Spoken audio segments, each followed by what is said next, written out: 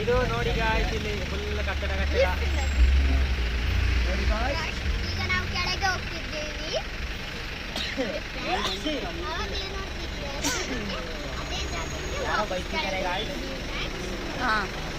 ఏమవును కూడా ముందు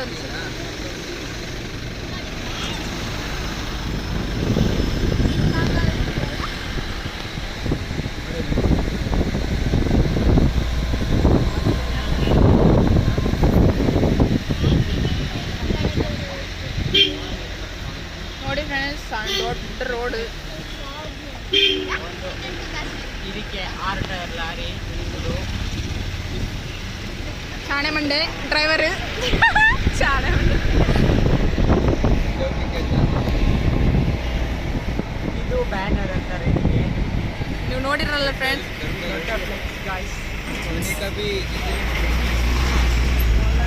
ಏತ ಮುರ್ಗ.